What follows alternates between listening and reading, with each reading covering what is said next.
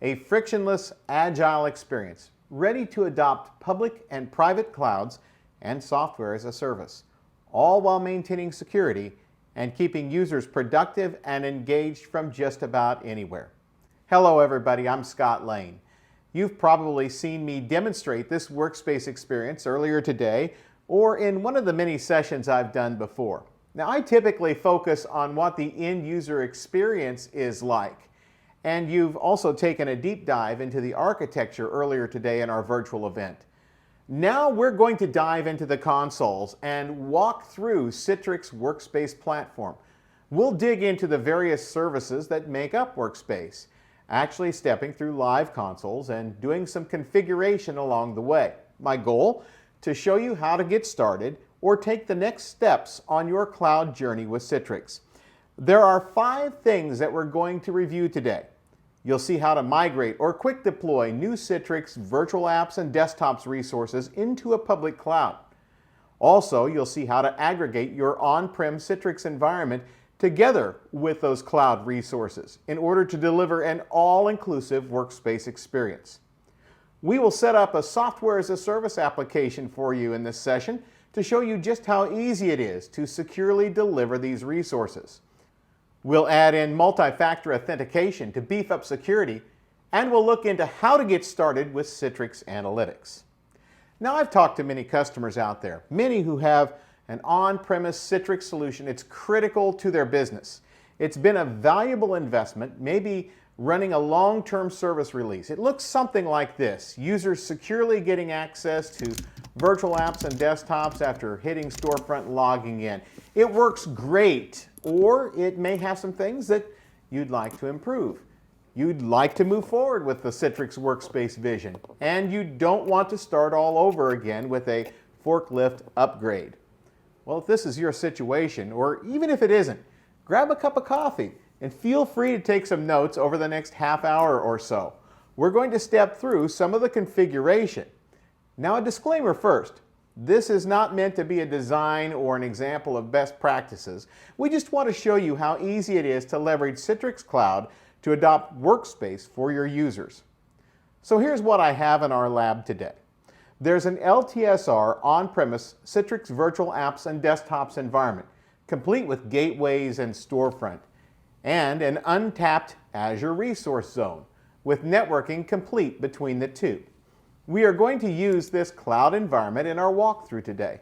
The first task is to quickly start leveraging the public cloud.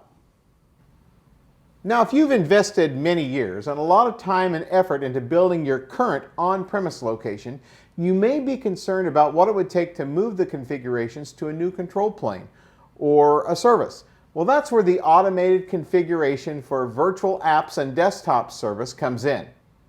With this tool, you can automate a lot of the tasks, such as migration of policies, applications, catalogs, and other resources. Then you can find out more about this on the Citrix support site or on Citrix Tech Zone. But for today's presentation, let's say that I have an Azure resource zone and I have to spin up many virtual desktops in a short time in order to support remote workforce. Perhaps I have licensing already for Microsoft's Windows Virtual Desktop. Since I already have connectivity between the on-prem enterprise and the Azure cloud, I can quickly leverage the quick deploy function of Citrix Virtual Apps and Desktop Service. We find the quick deploy option in the Citrix Cloud Service Console. It's under the Virtual Apps and Desktop Service. Now, if we weren't using quick deploy, there's actually a step-by-step guidance here on how to complete each step, including setting up your cloud connectors in each resource location where you would want to host resources. But now that we've launched Quick Deploy, you'll see here that we have no catalogs created so far. But I've already gone in here to link this back to my Azure subscription, entering the appropriate credentials. And I've already created a master image using a base template that already had Office and the Citrix Delivery Agent installed. Now it's just a matter of creating a catalog and rolling it out to users. I'm choosing a multi-session OS and my base disk image. And next, I'll specify the resource group in Azure where I would like the desktops to reside. I'll also choose the virtual network and the subnet, and I have to enter details around my Active Directory so that machines can be properly joined to the domain with machine accounts. I'll enter the administrative credentials to accomplish this. I can also specify here which organizational unit I would like the new host to be in.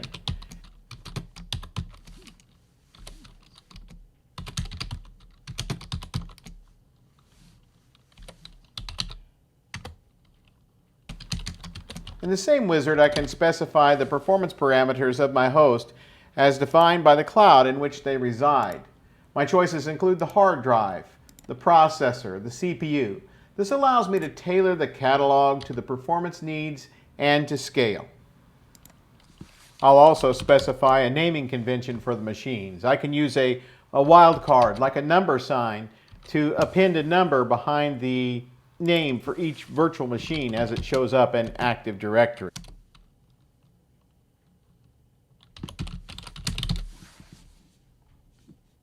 And while I'm in here, I can also set a power saver or the auto scale. There are some presets already in here like always on or 8 hours every day or a cost saver. And I can adjust these to meet my needs, like adjusting the start and stop times and specifying the days for the policy to apply. I can also set a minimum number of machines to be available. And with that, I'll just click Create and go get a cup of coffee or go on to another task while this provision's in the background. And now, with Hollywood magic, I'm moving forward. These machines have already been created for me and they are ready to use. I just need to assign them to users. And I don't have to go through a lot of step-by-step work like building catalogs and desktop groups. That's already done for me as part of the Quick Deploy utility. I can simply go in here and enable access to the new desktops. And if I want to publish a seamless application, I can do that here as well by finding it directly from the Start menu search. Next, I assign the virtual desktops to subscribers. I can just choose a user or a group from my Active Directory, so I'll choose domain users in this case. Going now over to the Azure console, I want to show you how all this was set up in the background. Here we'll find the resource group, and you'll notice that a couple of machines have already been created. They are called Edge servers. These are the Citrix Cloud connector machines. These machines provide communication between Citrix Cloud and my resource location here in the cloud, enabling cloud management without requiring any complex networking or infrastructure configuration. Now I'm going to go ahead and go into Workspace as a user, and I'm going to launch one of the virtual desktops, and as you can see here, it's ready to use. In about an hour, I was able to roll out Windows virtual desktops to a subset of my users. They can now access via Citrix Workspace. And in this case, these new remote workers have Windows 10 machines in the cloud to use. And as you can see here, it clearly is a Windows 10 Enterprise for virtual desktops. This means that it's coming from the Azure cloud, delivered through Citrix Workspace, a multi-win OS or a multi-user OS for my users to use. Well, that was actually pretty simple. But if you're like me and you like to go step by step, a full admin experience, you can build out your own resource zone, machine catalogs, delivery groups, and the like you do in an on-prem environment. In Citrix Cloud, you'll find the full studio experience that you're probably already familiar with, as well as a new web-based studio. Just start by installing cloud connectors to set up a resource zone, and remember, the tutorial at the bottom of the service tile page walks you through step by step if you don't want to use Quick Deploy. So I can now leverage resources in the public cloud, but I still have my on-premise virtual apps and desktop service and the resources that my users need from there. The problem now is that you can access each one, but in a different way. Use Storefront for the CVAD on-prem, or the new Workspace UI from Citrix Cloud for my new WVD desktops that I built. Now there are essentially two separate architectures, and I would like to provide one single place to go access both resources. Additionally, I would like to be able to leverage CITRIX Analytics both in my new resources in the cloud, as well as my on-premise virtual apps and desktops. That's where site aggregation comes into play. It's quite easy. We simply deploy Citrix connectors in the on-premise location. This essentially ties the two environments together, and it allows users to access from one workspace platform both solutions and have all of the apps and desktops from both locations in one pane of glass. We start with a Windows server deployed into the resource location we wish to aggregate. And from that server, we log into Citrix Cloud, go to Resource Locations, and add a location. We can then name it appropriately. Next, we add a Cloud connector, which prompts us to download the Cloud Connector software and install it. First, we must authenticate with proper administrative credentials to the Citrix Cloud tenant, and the install begins. It doesn't go quite this fast. We are using a little Hollywood magic after all. But after it installs, it completes connectivity checks to make sure communication is in place with the Citrix Cloud control plane. By the way, you always want to make sure you have at least 2 cloud connectors installed into each resource location. But for today's exercise, I'm just installing this one to show you how it's done. This final part can take a little time, about enough for you to go and refresh that cup of coffee. Once the configuration completes and the connector reboots, we can go back into Citrix Cloud and look at the resource locations again. We see our newly installed connector. It shows green, which means it's online. And we're warned about just having one connector. Now, before our users start seeing the on-premise resources in the cloud-delivered workspace, we need to enable the access. That's done in service integrations. We add the site and specify the version of our on-prem Citrix installation. Note that we can even go back to XenApp 6.5. We are asked for our delivery controller on site, and then we enter the credentials.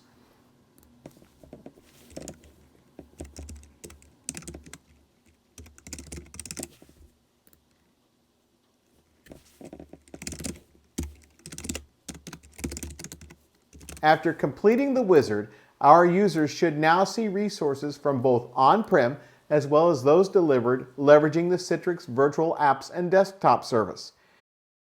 In this case, you can see Windows 10 from Azure being launched, but I'm also launching a seamless app from the internal on-premise XenApp environment, and the user gained access from just one pane of glass, Citrix Workspace.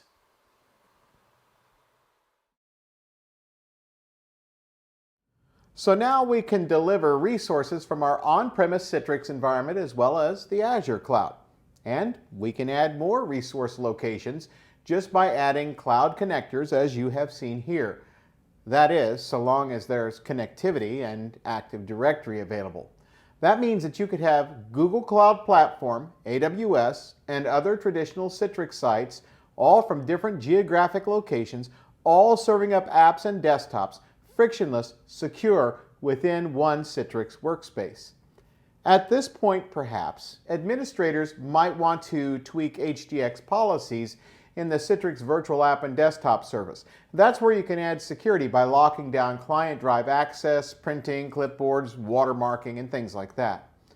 So what about software as a service applications like Salesforce, Workday, ServiceNow? They can be easily added into Workspace, delivered to users with extra security and without a VPN. So let's go back into Citrix Cloud Console now and configure a SaaS app. Software as a service applications are configured under the Gateway tab within the Citrix Cloud Console. We select the Enable Single Sign-On button to begin. Now there are many connectors for common software as a service platforms, pre-configured for our easy deployment. You can also manually configure a connector for a platform that isn't listed. Now you simply choose the one that you are looking for. In this case, it's Salesforce, and select Next. At this point, you are asked for details about your tenant within the application or the system of record. We'll enter our unique domain name for Salesforce and adjust our application URLs as needed.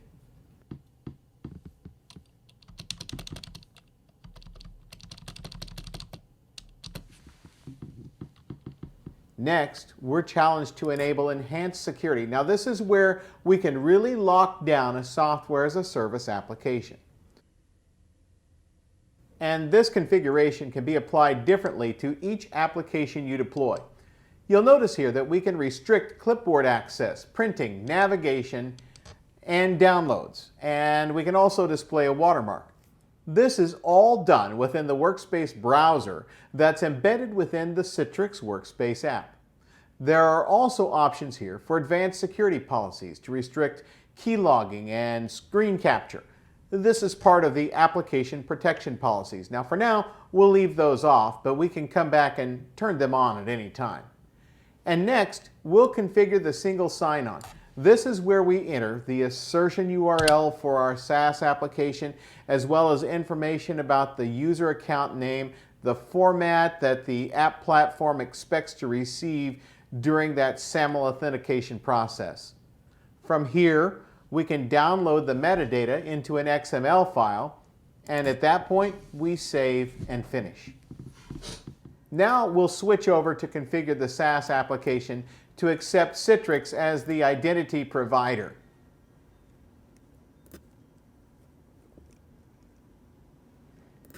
For this example, in Salesforce, we enable SAML and we add an authentication method for Citrix. It's a simple process. It's done by uploading the metadata file that we downloaded from the Citrix Cloud platform just a few moments ago. After that, we simply enable Citrix as an authentication provider in Salesforce. Now, there's one more simple step to deploying Salesforce to our users. That is to determine who gets access. This is done in the Citrix Cloud library. We simply find the Salesforce tile here and manage our subscribers, giving access to the users or the groups that we choose.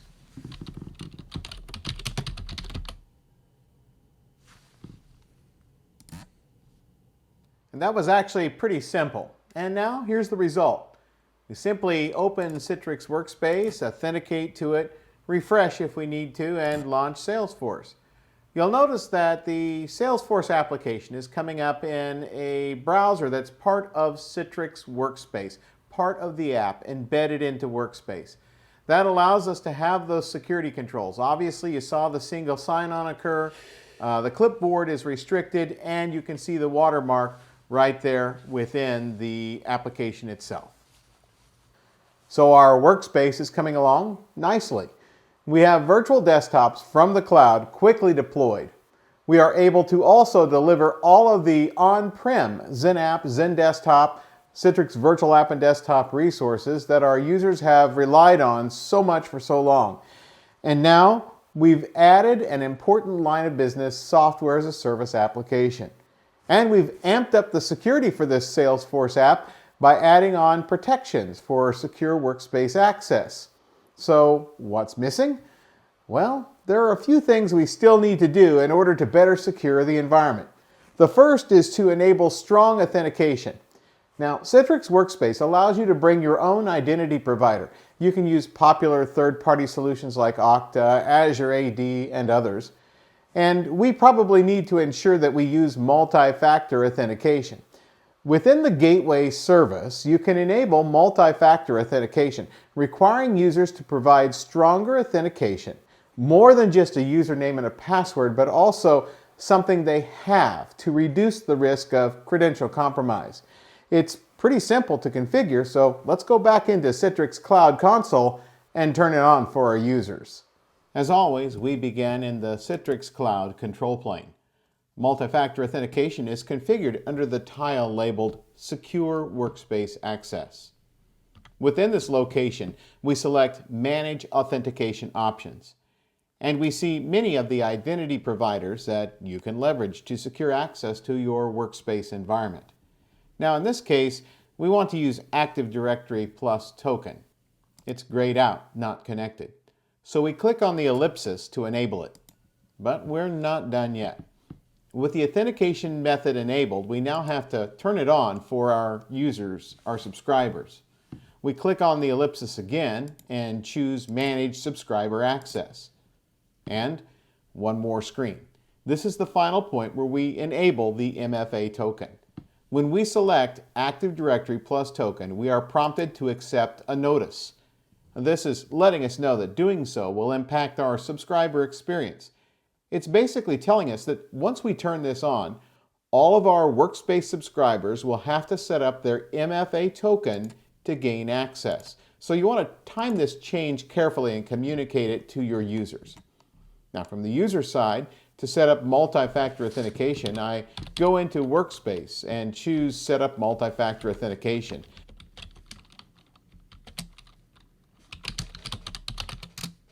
I enter my credential information and I'm emailed a verification code to the email account I have on record. After I receive this code, I go back to Workspace, copy it in along with my password, and I'm given a QR code.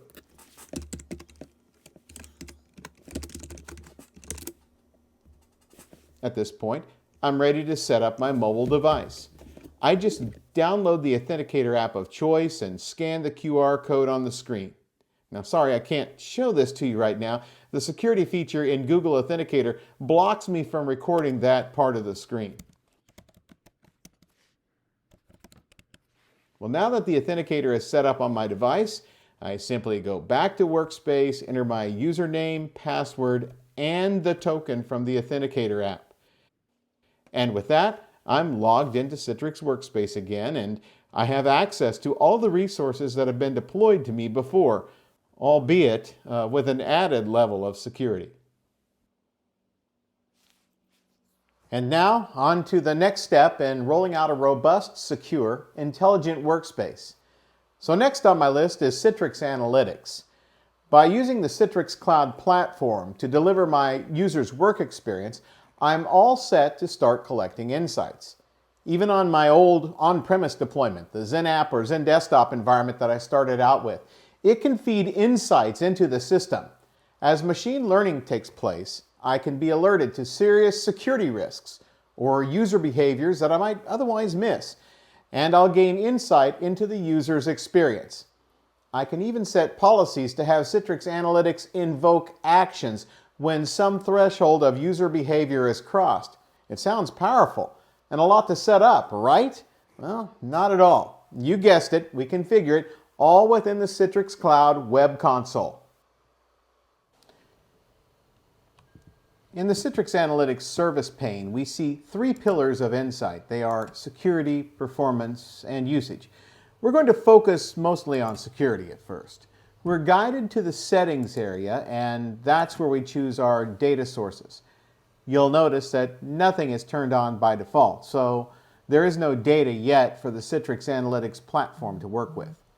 Keep in mind, the more services we deliver using Citrix Cloud and Workspace, the more insights we gain and the more data resource feeds we can turn on.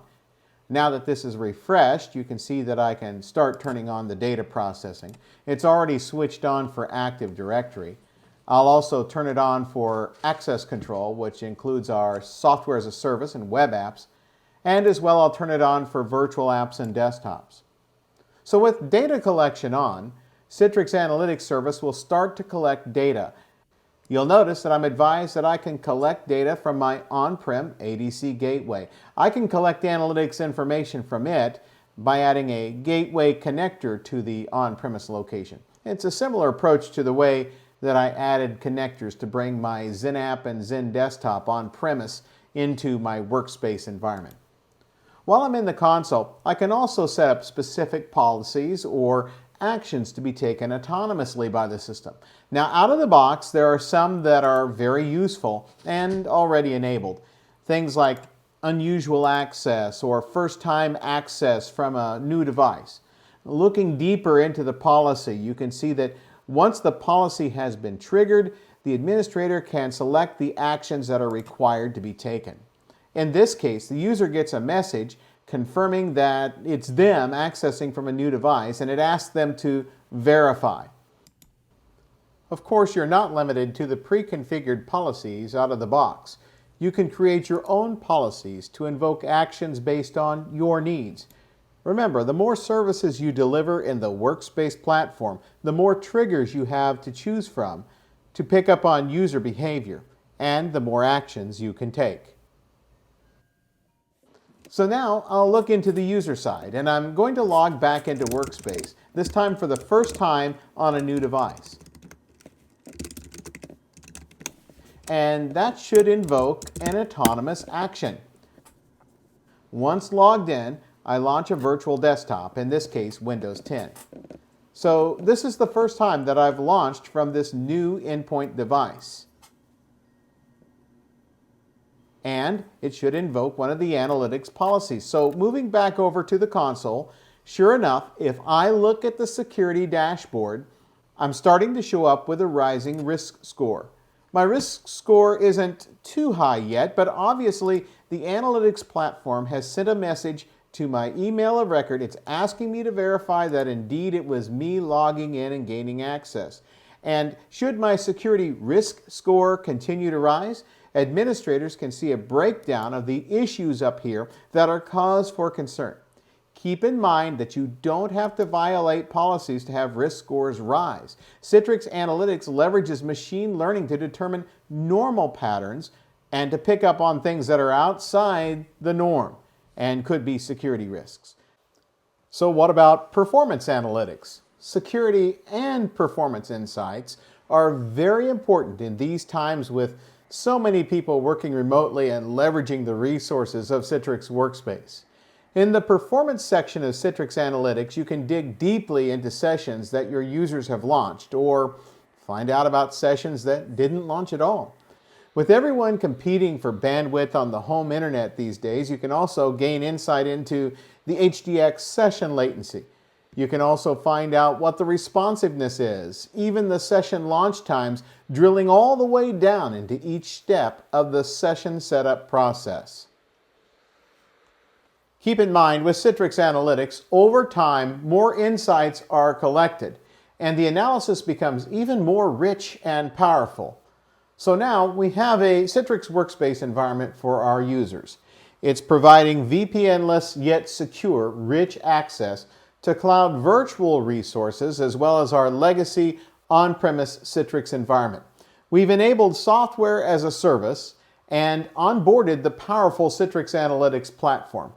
We've come a long way in our short time today, but by no means is our workspace transformation complete.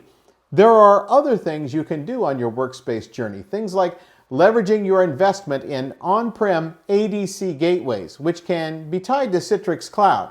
We can also use gateway connectors to provide secure access to internal web resources. Obviously, there's Workspace Intelligence, which can be your next step in your journey to engage your users and empower their productivity.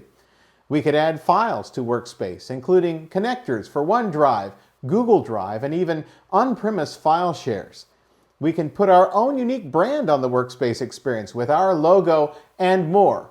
And of course, we can dig deeper into Citrix Analytics and create even more policies to invoke autonomous actions and keep our environment and information secure.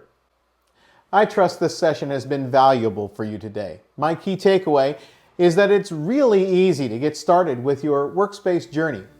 Citrix Workspace is the platform to enable digital transformation for your users.